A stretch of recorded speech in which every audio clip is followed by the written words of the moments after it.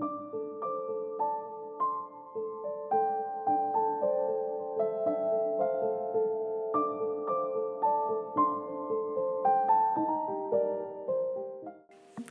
evening, beautiful people. Welcome to What Cat Read. I am the cat, and I read very, very old things, so you don't have to.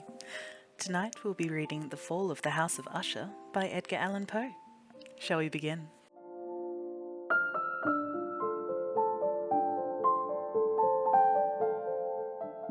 During the whole of a dull, dark, and soundless day in the autumn of the year, when the clouds hung oppressively low in the heavens, I had been passing alone, on horseback, through a singularly dreary tract of country, and at length found myself, as the shades of the evening drew on, within the view of the melancholy House of Usher.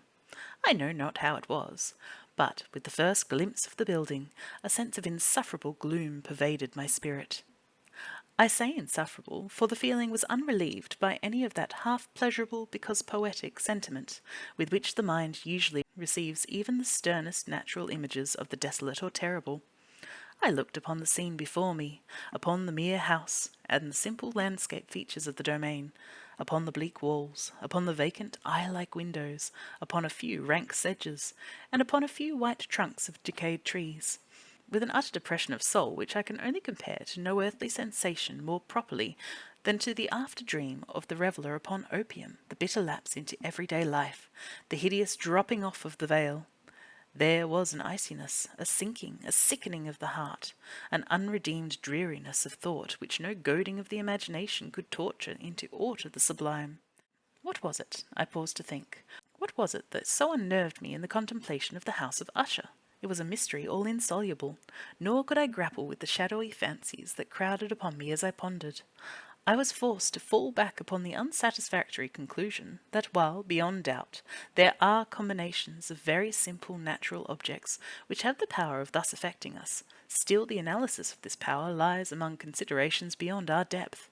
It was possible, I reflected, that a mere different arrangement of the particulars of the scene, of the details of the picture, would be sufficient to modify or perhaps annihilate its capacity for sorrowful impression, and, acting upon this idea, I reined my horse to the precipitous brink of a black and lurid tarn that lay in unruffled lustre by the dwelling, and gazed down, but with a shudder even more thrilling than before, upon the remodelled and inverted images of the grey sedge, and the ghastly tree stems, and the vacant and eye-like windows.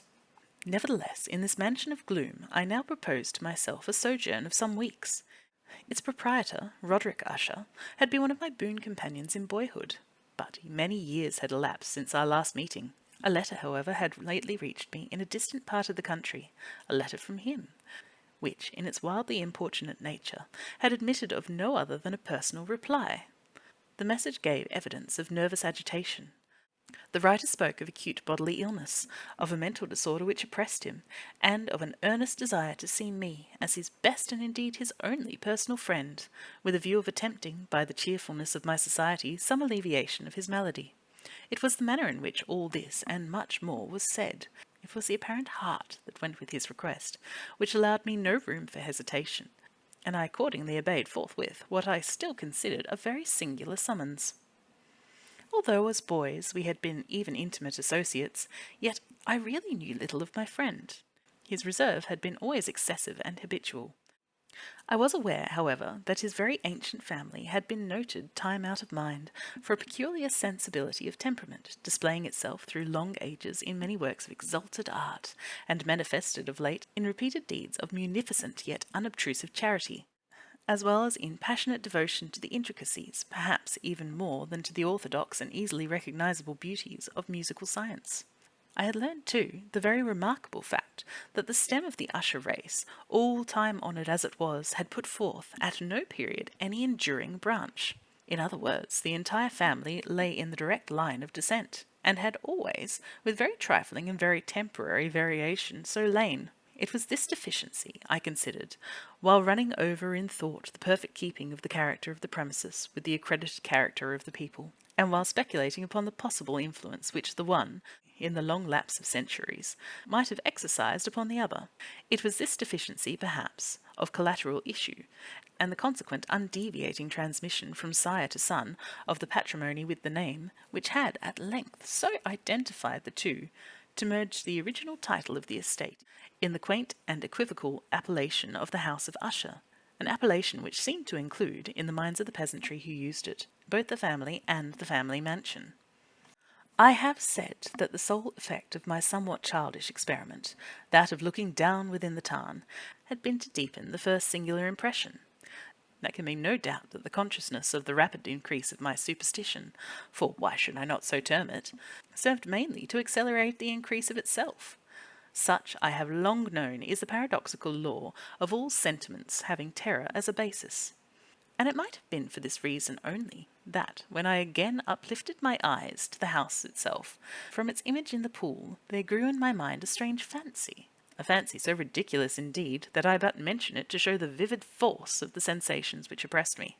I had so worked upon my imagination as really to believe that about the whole mansion and domain there hung an atmosphere peculiar to themselves and their intimate vicinity, an atmosphere which had no affinity with the air of heaven, but which had reeked up from the decayed trees, the grey wall, and the silent tarn, a pestilent and mystic vapour, dull, sluggish, faintly discernible, and leaden-hued. Shaking off from my spirit what must have been a dream, I scanned more narrowly the real aspect of the building. Its principal features seemed to be that of an excessive antiquity. The discoloration of ages had been great. Minute fungi overspread the whole exterior, hanging in a fine tangled webwork from the eaves. Yet all this was apart from any extraordinary dilapidation. No portion of the masonry had fallen, and there appeared to be a wild inconsistency between its still perfect adaptation of parts and the crumbling condition of the individual stones. In this there was much to remind me of the specious totality of old woodwork which has rotted for long years in some neglected vault, with no disturbance from the breath of the external air. Beyond this indication of extensive decay, however, the fabric gave little token of instability. Perhaps the eye of a scrutinizing observer might have discovered a barely perceptible fissure, which, extending from the roof of the building in front, made its way down the wall in a zigzag direction, until it became lost in the sullen waters of the tarn. Noticing these things, I rode over a short causeway to the house. A servant in waiting took my horse, and I entered the Gothic archway of the hall.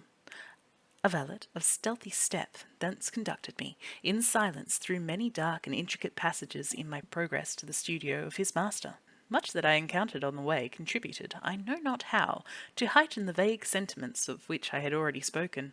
While the objects around me, while the carving of the ceilings, the sombre tapestries of the walls, the ebony blackness of the floors, and the phantasmagoric armorial trophies which rattled as I strode, were but matters to which, or to such as which, I had been accustomed from my infancy, while I hesitated not to acknowledge how familiar was all this, I still wondered to find how unfamiliar were the fancies which ordinary images were stirring up. On one of the staircases I met a physician of the family. His countenance, I thought, wore a mingled expression of low cunning and perplexity. He accosted me with trepidation and passed on. The valet now threw open the door and ushered me into the presence of his master. The room in which I found myself was very large and lofty. The windows were long, narrow, and pointed, and at so vast distance from the black oaken floor as to be altogether inaccessible from within. Feeble gleams of encrimsoned light made their way through the trellis panes, and served to render sufficiently distinct the more prominent objects around. The eye, however, struggled in vain to reach the remoter angles of the chamber, or the recesses of the vaulted and fretted ceiling. Dark draperies hung upon the walls. The general furniture was profuse, comfortless, antique, and tattered. Many books and musical instruments lay scattered about, but failed to give any vitality to the scene. I felt that I breathed an atmosphere of sorrow. An air of stern, deep, and irredeemable gloom hung over and pervaded all. Upon my entrance, Usher rose from a sofa on which he had been lying at full length, and greeted me with a vivacious warmth, which had much in it. I at first thought of an overdone cordiality, of the constrained effort of the ennui man of the world. A glance, however, at his countenance convinced me of his perfect sincerity.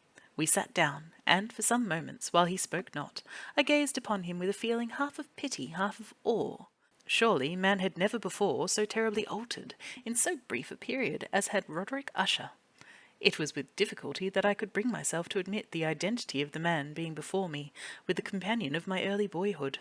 Yet the character of his face had been at all times remarkable.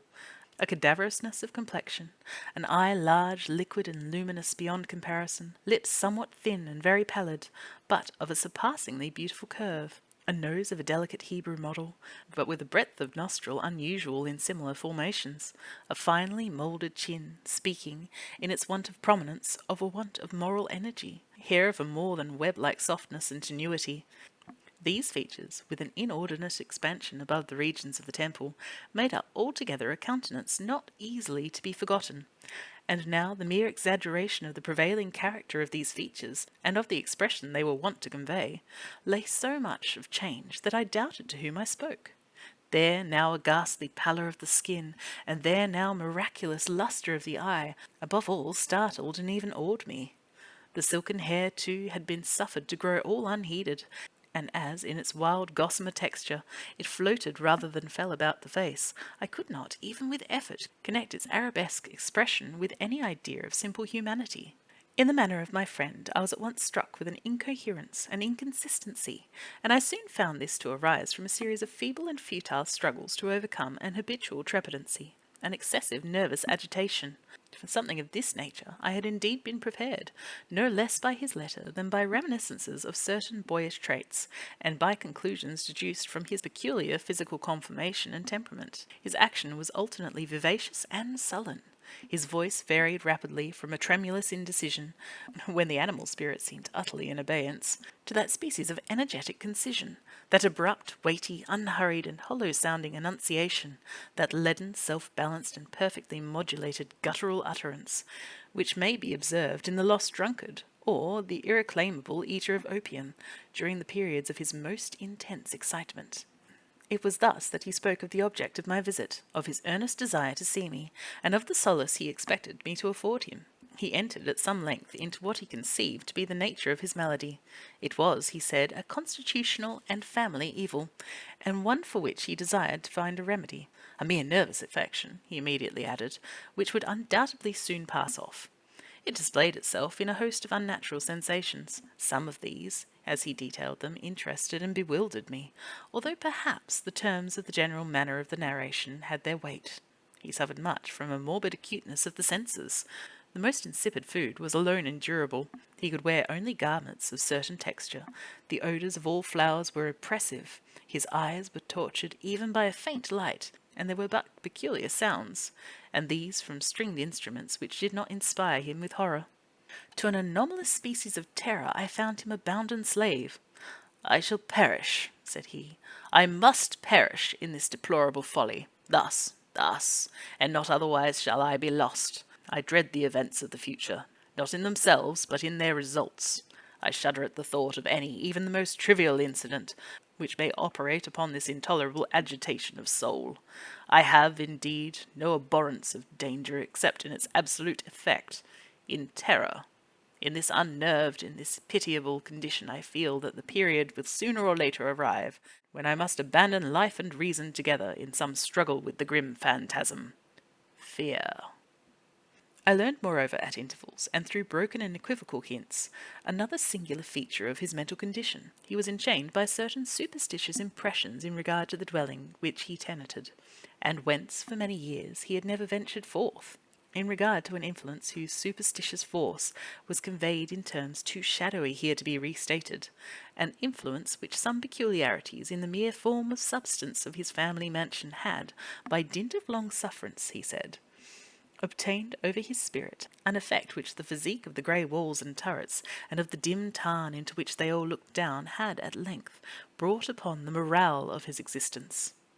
He admitted, however, although with hesitation, that much of the peculiar gloom which thus afflicted him could be traced to a more natural and far more palpable origin, to the severe and long-continued illness, indeed to the evidently approaching dissolution of a tenderly beloved sister, his sole companion for long years, his last and only relative on earth. "Her decease," he said, with a bitterness which I can never forget, "would leave him, the hopeless and the frail, the last of the ancient race of the Ushers." While he spoke, the Lady Madeline, for so she was called, passed slowly through a remote portion of the apartment, and, without having noticed my presence, disappeared. I regarded her with utter astonishment, not unmingled with dread, and yet I found it impossible to account for such feelings. A sensation of stupor oppressed me as my eyes followed her retreating steps. When a door, at length, closed upon her, my glance sought instinctively and eagerly the countenance of the brother, but he had buried his face in his hands, and I could only perceive that a far more ordinary wanness had overspread the emaciated fingers through which trickled many passionate tears. The disease of the Lady Madeline had long baffled the skill of her physicians. A settled apathy, a gradual wasting away of the person, and frequent although transient affections of a partially cataleptical character were the unusual diagnosis. Hitherto she had steadily borne up against the pressure of her malady, and had not betaken herself finally to bed, but on the closing of the evening of my arrival at the house, she succumbed, as her brother told me at night with inexpressible agitation, to the prostrating power of the destroyer, and I learned that the glimpse I had obtained of her person would thus probably be the last I should obtain, that the lady, at least while living, would be seen by me no more. For several days ensuing, her name was unmentioned by either Usher or myself, and during this period I was busied in earnest endeavours to alleviate the melancholy of my friend. We painted and read together, or I listened, as if in a dream, to the wild improvisations of his speaking guitar. And thus, as a closer and still closer intimacy admitted me more unreservedly to the recesses of his spirit, the more bitterly did I perceive the futility of all attempt at cheering a mind from which darkness, as if an inherent positive quality, poured forth upon all objects of the moral and physical universe in one unceasing radiation of gloom. I shall ever bear about me a memory of the many solemn hours I thus spent alone with the master of the House of Usher. Yet I should fail in any attempt to convey the idea of the exact character of the studies, or of the occupations, in which he involved me, or led me the way. An excited and highly distempered ideality threw a sulphurous lustre over all. His long impoverished dirges will ring forever in my ears. Among the other things, I hold painfully in mind a certain singular perversion and amplification of the wild air of the last waltz of von Weber, from the paintings over which his elaborate fancy brooded, and which grew, touch by touch, into vagueness at which I shuddered the more thrillingly, because I shuddered knowing not why. From these paintings, vivid as these images now are before me, I would in vain endeavour to adduce more than a small portion which should lie within the compass of merely written words. By the utter simplicity, by the nakedness of his designs, he arrested an overawed attention. If ever mortal painted an idea, that mortal was Roderick Usher. For me, at least, the circumstances then surrounding me there arose out of the pure abstractions which the hypochondriac contrived to throw upon his canvas, an intensity of intolerable awe, no shadow of which felt I ever yet in the contemplation of the certainly growing yet too concrete reveries of Fuseli. One of the phantasmagoric conceptions of my friend, partaking not so rigidly in the spirit of abstraction, may be shadowed forth, although feebly, in words. A small picture presented the interior of an immensely long and rectangular vault or tunnel, with low walls, smooth, white, and without interruption or device. Certain accessory points of the design served well to convey the idea that this excavation lay at an exceeding depth below the surface of the earth. No outlet was observed in any portion of its vast extent, and no torch or other artificial source of light was discernible, yet a flood of intense rays rolled throughout, and bathed the whole in a ghastly and inappropriate splendour.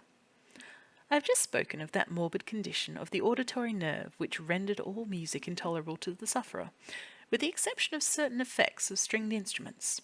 It was, perhaps, the narrow limits to which he thus confined himself upon the guitar which gave birth, in great measure, to the fantastic character of the performances. But the fervid facility of his impromptus could not be so accounted for. They must have been, and were, in the notes, as well as in the words of his wild fantasias, for he not unfrequently accompanied himself with rhymed verbal improvisations, the result of that intense mental collectedness and concentration to which I have previously alluded, as observable only in particular moments of the highest artificial excitement. The words of one of those rhapsodies I have easily remembered.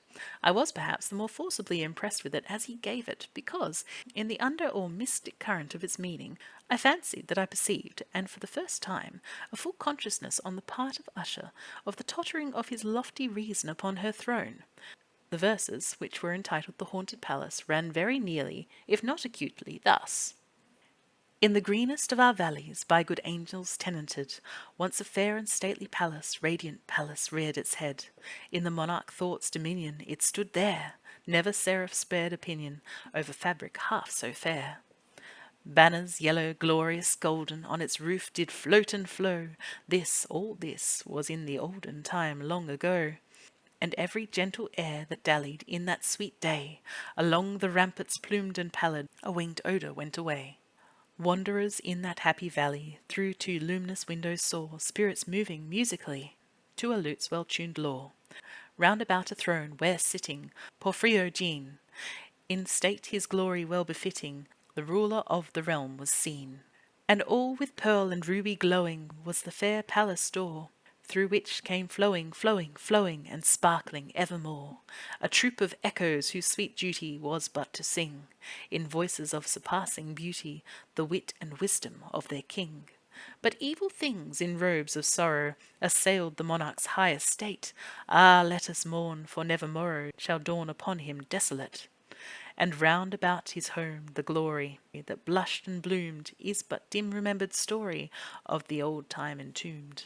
And travellers now within that valley through the red litten windows see vast forms that move fantastically to a discordant melody, while like a rapid ghastly river through the pale door a hideous throng rush out forever and laugh but smile no more. I well remember that suggestions arising from this ballad led us into a train of thought wherein there became manifest an opinion of Usher's, which I mention not so much on account of its novelty, for other men had thought thus, as on account of the pertinency with which he maintained it. This opinion, in its general form, was that of the sentience of all vegetable things. But in his disordered fancy, the idea had assumed a more daring character, and trespassed under certain conditions upon the kingdom of inorganization. I lack words to express the full extent, or the earnest abandon of his persuasion. The belief, however, was connected, as I have previously hinted, with the grey stones of the home of his forefathers. The condition of the sentience had been here, he imagined, fulfilled in the method of collection of these stones, in the order of their arrangement, as well as in that of many fungi which overspread them, and of the decayed trees which stood around them, above all in the long undisturbed endurance of this arrangement, and in its reduplication in the still waters of the tarn. Its evidence, the evidence of the sentience, was to be seen, he said, and here I started as he spoke, in the gradual yet certain condensation of an atmosphere of their own about the waters and the walls. The result was discoverable, he added, in the silent yet importunate and terrible influence which for centuries had moulded the destinies of his family, and which made him, what I now saw him, what he was. Such opinions need no comment, and I will make none. Our books, the books of which for years had formed no small portion of the mental existence of the invalid, were, as might be supposed, in strict keeping with the character of phantasm. We pored together over such works as the Vivert et Chartreuse of Grasset, the Belphegor of Machiavelli, the Heaven and Hell of Swedenborg, the Subterranean Voyage of Nicholas Klim by Holberg, the Chiromancy of Robin Flood, of Jean d'Indagine, and of de la Chambre, the Journey into the Blue Distance of Tieck, and the City of the Sun by Campanella. One favourite volume was a small octavo edition of the Directorium Inquisitorium by the Dominican Aymeric de Giron, and there were passages in Pomponius Mela about the old African satyrs and Egyptians, over which Usher would sit dreaming for hours. His chief delight, however, was found in the perusal of an exceedingly rare and curious book in quarto Gothic, the Manual of a Forgotten Church, the Villae Mortuorum Secundum Chorum Ecclesiae Magnutinae. I could not help thinking of the wild ritual of this work, and of its probable influence upon the hypochondriac, when, one evening, having informed me abruptly that the Lady Madeline was no more, he stated his intention of preserving her corpse for a fortnight previously to its final interment in one of the numerous vaults within the main walls of the building. The worldly reason, however, assigned for this singular proceeding was one which I did not feel at liberty to dispute. The brother had been led to his resolution, so he told me, by consideration of the unusual character of the malady of the deceased, of certain obtrusive and eager inquiries on the part of her medical men, and of the remote and exposed situation of the burial ground of the family. I will not deny that when I called to mind the sinister countenance of the person whom I met upon the staircase on the day of my arrival at the house, I had no desire to oppose what I regarded as at best but a harmless, and by no means an unnatural precaution. At the request of Usher, I personally aided him in the arrangements for the temporary entombment. The body having been encoffined, we two alone bore it to its rest.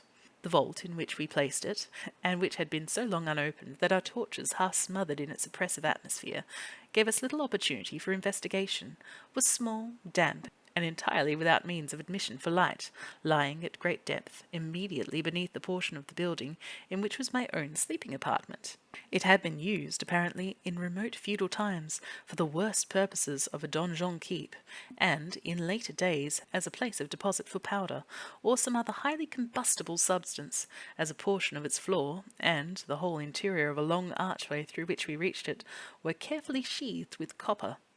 The door, of massive iron, had been also similarly protected. The immense weight caused an unusually sharp, grating sound as it moved upon its hinges. Having deposited our mournful burden upon trestles within this region of horror, we partially turned aside the yet unscrewed lid of the coffin, and looked upon the face of the tenant. A striking similitude between the brother and sister now first arrested my attention, and Usher, divining perhaps my thoughts, murmured out some few words from which I learned that the deceased and himself had been twins, and the sympathies of a scarcely intelligible nature had always existed between them. Our glances, however, rested not long upon the dead, for we could not regard her unawed. The disease which had thus entombed the lady in the maturity of youth had left, as usual in all maladies of strict cataleptical character, the mockery of a faint blush upon the bosom and face, and that suspiciously lingering smile upon the lip which is so terrible in death. We replaced and screwed down the lid, and, having secured the door of iron, made our way, with toil, into the scarcely less gloomy apartments of the upper portion of the house. And now, some days of bitter grief having elapsed, an observable change came over the features of the mental disorder of my friend. His ordinary manner had vanished. His ordinary occupations were neglected or forgotten. He roamed from chamber to chamber with hurried, unequal, and objectless step. His pallor and his countenance had assumed, if possible, a more ghastly hue, but the luminousness of his eyes had utterly gone out.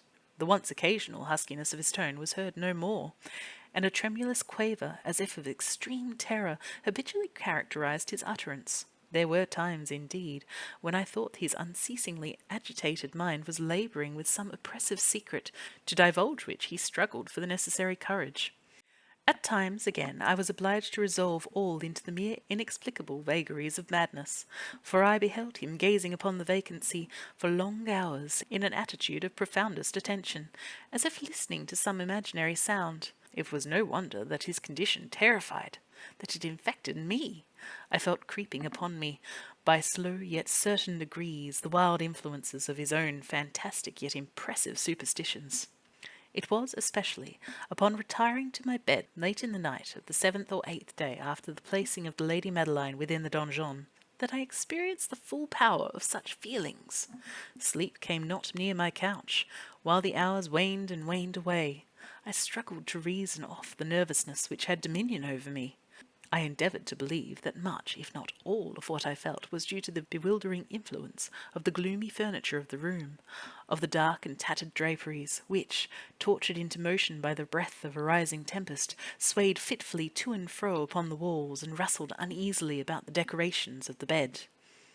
But my efforts were fruitless. An irrepressible tremor gradually pervaded my frame, and at length there sat upon my very heart an incubus of utterly causeless alarm. Shaking this off with a gasp and a struggle, I uplifted myself upon the pillows, and, peering earnestly within the intense darkness of the chamber, hearkened. I know not why, except that an instinctive spirit prompted me to certain low and indefinite sounds which came, through the pauses of the storm, at long intervals, I know not whence.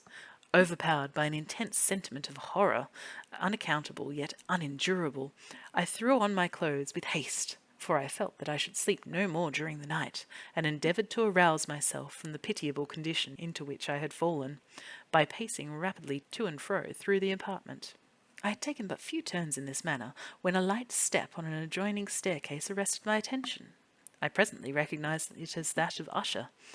In an instant afterward he rapped with a gentle touch on my door, and entered bearing a lamp. His countenance was, as usual, cadaverously wan, but moreover there was a species of mad hilarity in his eyes, an evidently restrained hysteria in his whole demeanour. His air appalled me, but anything was preferable to the solitude which I had so long endured, and I even welcomed his presence as a relief. "And you have not seen it?" he said abruptly, after having stared about him for some moments in silence. "You have not then seen it? But stay, you shall." Thus speaking, and having carefully shaded his lamp, he hurried to one of the casements and threw it freely open to the storm.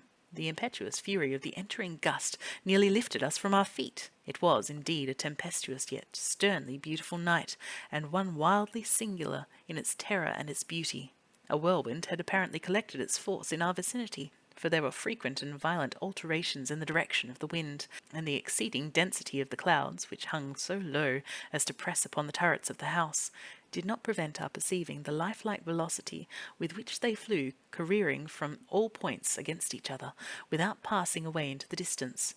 I say that even their exceeding density did not prevent our perceiving this, yet we had no glimpse of the moon or stars, nor was there any flashing forth of the lightning, but under the surfaces of the huge masses of agitated vapour, as well as all terrestrial objects immediately around us, were glowing in the unnatural light of a faintly luminous and distinctly visible gaseous exhalation, which hung about and enshrouded the mansion. "You must not, you shall not behold this," said I, shuddering, to Usher, as I led him with a gentle violence from the window-seat. "These appearances, which bewilder you, are merely electrical phenomena, not uncommon, or it may be that they have their ghastly origin in the rank miasma of the tarn. Let us close this casement. The air is chilling and dangerous to your frame. Here is one of your favourite romances. I will read, and you shall listen. So we will pass away this terrible night together." The antique volume which I had taken up was the Mad Trist of Sir Lancelot Canning, but I had called it a favourite of Usher's more in sad jest than in earnest, for in truth there is little in its uncouth and imaginative prolixity which could have had interest for the lofty and spiritual ideality of my friend. It was, however, the only book immediately at hand, and I indulged a vague hope that the excitement which now agitated the hypochondriac might find relief, for the history of mental disorder is full of similar anomalies. Even in the extremeness of the folly which I should read, could I have judged, indeed, by the wild overstrained air of vivacity with which he hearkened, or apparently hearkened, to the words of the tale, I might well have congratulated myself upon the success of my design. I had arrived at the well-known portion of the story where Ethelred, the hero of the tryst, having sought in vain for peaceable admission into the dwelling of the hermit, proceeds to make good an entrance by force. Here, it will be remembered, the words of the narrative run thus: "And Ethelred, who was by nature of a doughy heart, and who was now mighty withal, on account of the powerfulness of the wine which he had drunken, waited no longer to hold parley with the hermit, who, in sooth, was of an obstinate and maliceful turn, but, feeling the rain upon his shoulders, and fearing the rise of the tempest, uplifted his mace outright, and, with blows, made quickly room the plankings of the door for his gauntleted hand.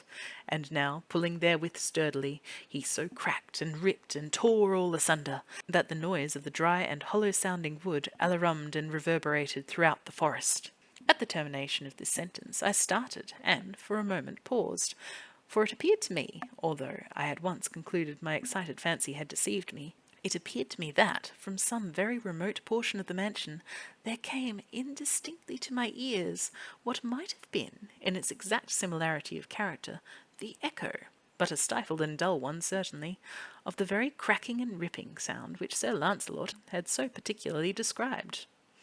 It was, beyond doubt, the coincidence alone which had arrested my attention, for amid the rattling of the sashes of the casements, and the ordinary commingled noises of the still increasing storm, the sound in itself had nothing, surely, which should have interested or disturbed me. I continued the story. But the good champion Ethelred, now entering within the door, was sore enraged and amazed to perceive no signal of the maliceful hermit, but in the stead thereof a dragon of a scaly and prodigious demeanour, and of a fiery tongue, which sat in guard before a palace of gold, with a floor of silver, and upon the wall hung a shield of shining brass with this legend enwritten: "Who entereth herein a conqueror hath been, who slayeth the dragon a shield he shall win." And Ethelred, uplifted his mace, and struck upon the head of the dragon, which fell before him, and gave up his pasty breath, with a shriek so horrid and harsh, and withal so piercing, that Ethelred had fain to close his ears with his hands against the dreadful noise of it, the like whereof was never heard before. Here again I paused abruptly, and now with a feeling of wild amazement, for there could be no doubt whatever that, in this instance, I did actually hear, although from what direction it proceeded I found it impossible to say, a low and apparently distant but harsh, protracted and most unnatural screaming or grating sound, the exact counterpart of what my fancy had already conjured up for the dragon's unnatural shriek as described by the romancer. Oppressed, as I certainly was, upon the occurrence of this second and most extraordinary coincidence, by 1,000 conflicting sensations, in which the wonder and extreme terror were predominant, I still retained sufficient presence of mind to avoid exciting, by any observation, the sensitive nervousness of my companion. I was by no means certain that he had noticed the sounds in question, although assuredly a strange alteration had, during the last few minutes, taken place in his demeanour. From a position fronting my own, he had gradually brought round his chair, so as to sit with his face to the door of the chamber, and thus I could but partially perceive his features, although I saw that his lips trembled as if he were murmuring inaudibly. His head had dropped upon his breast, yet I knew that he was not asleep, from the wide and rigid opening of the eye as I caught a glance of it in profile. The motion of his body, too, was at variance with this idea, for he rocked from side to side with a gentle yet constant and uniform sway. Having rapidly taken notice of all this, I resumed the narrative of Sir Lancelot, which thus proceeded. And now the champion, having escaped from the terrible fury of the dragon, bethinking himself of the brazen shield, and of the breaking up of the enchantment which was upon it, removed the carcass from out of the way before him, and approached valorously over the silver pavement of the castle to where the shield was upon the wall, which in sooth tarried not for his full coming, but fell down at his feet upon the silver floor, with a mighty great and terrible ringing sound. No sooner had these syllables passed my lips than, as if a shield of brass had indeed at that moment fallen heavily upon a floor of silver, I became aware of a distinct, hollow, metallic, and clangorous, yet apparently muffled reverberation. Completely unnerved, I leapt to my feet, but the measured rocking movement of Usher was undisturbed. I rushed to the chair in which he sat. His eyes were bent fixedly before him, and throughout his whole countenance there reigned a stony rigidity. But, as I placed my hand upon his shoulder, there came a strong shudder over his whole person. A sickly smile quivered about his lips, and I saw that he spoke in a low, hurried, and gibbering murmur, as if unconscious of my presence. Bending closely over him, I at length drank in the hideous import of his words. "Not hear it? Yes, I hear it, and I have heard it long, many minutes, many hours, many days I have heard it, yet I dare not, oh, pity me, miserable wretch that I am, I dare not speak. We have put her living in the tomb. Said I not that my senses were acute? I now tell you that I heard her first feeble movements in the hollow coffin. I heard them many days ago, yet I dared not speak. And now, to-night, Ethelred, the breaking of the hermit's door, the death cry of the dragon, and the clangour of the shield, say rather, the rending of her coffin, and the grating of the iron hinges of her prison, and her struggles within the coppered archway of the vault. Oh, whither shall I fly? Will she not be here anon? Is she not hurrying to upbraid me for my haste? Have I not heard her footstep on the stair? Do I not distinguish that heavy and horrible beating of her heart? Madman! Here he sprang furiously to his feet, and shrieked out his syllables, as if in the effort he were giving up his soul. Madman! I tell you that she now stands without the door! As if in the superhuman energy of his utterance there had been found the potency of a spell, the huge antique panels to which the speaker pointed threw slowly back upon the instant their ponderous and ebony jaws. It was the work of the rushing gust. But then without those doors there did stand the lofty and enshrouded figure of the Lady Madeline of Usher. There was blood upon her white robes, and the evidence of some bitter struggle upon every portion of her emaciated form. For a moment she remained trembling and reeling to and fro upon the threshold, then, with a low, moaning cry, fell heavily inward upon the person of her brother, and in her violent and now death agonies bore him to the floor a corpse, and a victim of the terrors he had anticipated. From that chamber and from that mansion I fled aghast. The storm was still abroad in all its wrath as I found myself crossing the old causeway. Suddenly there shot along the path a wild light, and I turned to see whence a gleam so unusual could have issued, for the vast house and its shadows were alone behind me. The radiance was that of the full setting and blood-red moon, which now shone vividly through the once barely discernible fissure of which I have before spoken as extending from the roof of the building in a zigzag direction to the base. While I gazed, this fissure rapidly widened. There came a fierce breath of the whirlwind. The entire orb of the satellite burst at once upon my sight. My brain reeled as I saw the mighty walls rushing asunder. There was a long, tumultuous shouting sound like the voice of 1,000 waters, and the deep, dark tarn at my feet closed sullenly and silently over the fragments of the House of Usher. Thanks for listening.